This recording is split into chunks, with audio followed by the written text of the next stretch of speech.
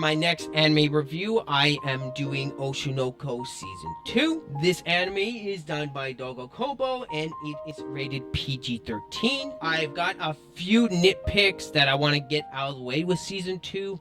One of them is the intro and ending theme to this season I thought was very good, but I don't think they're as good as Idol or Mephisto for opening and ending themes. I thought the first season had better intro and endings in that regard, and I will say I felt like they spent a little longer than they needed to with the theater arc in this season. I felt like it could have been shortened like 1 or 2 episodes, and I felt like that could have helped with the pacing, because I felt like the longer the theater arc went on, I felt like it was dragging this season down a tad bit in pacing for me. And something else I will say is I thought the opening to the series was very good, but it is not as good as season 1's opening.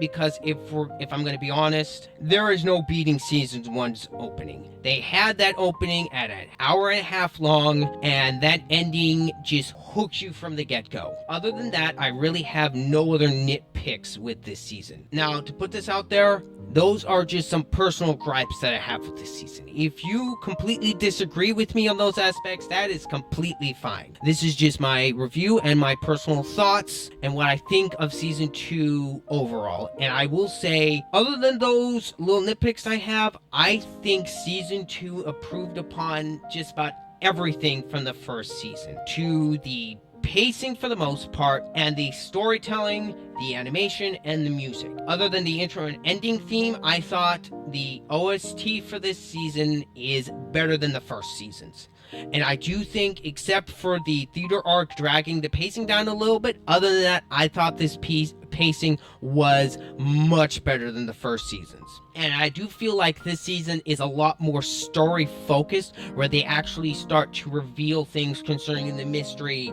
of what happened in the first season. I also enjoyed them exploring the whole theater aspect and what happens between creator and people who are adapting that said project into something for a large consumer base. I thought how they explain that process and how things can get lost in translation, I thought they explained that very well. And that's one of the aspects that I really enjoy about Oshinoki, is they go in deep into the entertainment industry. And as always, the characters, in my personal opinion, I thought were fantastic in this season. I do feel, and I did enjoy Aqua more in this season than I did the last. He actually gets some much needed character development. I thought he was a bit bland from the first season. I thought Ruby as well, she was missing for about the first half of the season. She wasn't in much in the first half, but they shine some light on her in the second half of the season, and I like where they're going with her.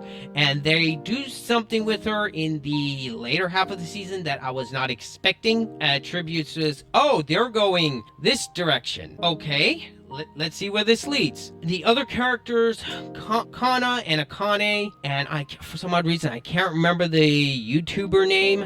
I enjoy her, I just can't remember her name right now. In my personal opinion, my favorite character in this show by far is Akane. I think she's best girl without a doubt. I do enjoy Ruby, Kana, and everyone else, but Akane is just my favorite. And like I said before, I do think they improve upon Aqua as a main character in this show, and I'm definitely looking forward to where they go with him. But season 2 does plant some seeds. It's like, okay, bring on season 3. Come on, I want to see where this goes. Overall, I think they handled the writing and several aspects better than the first season, but overall, I do think this season does falter slightly in a few aspects, like I've said before. And my final score for Oshinoko Season 2 is a very solid 9 out of 10.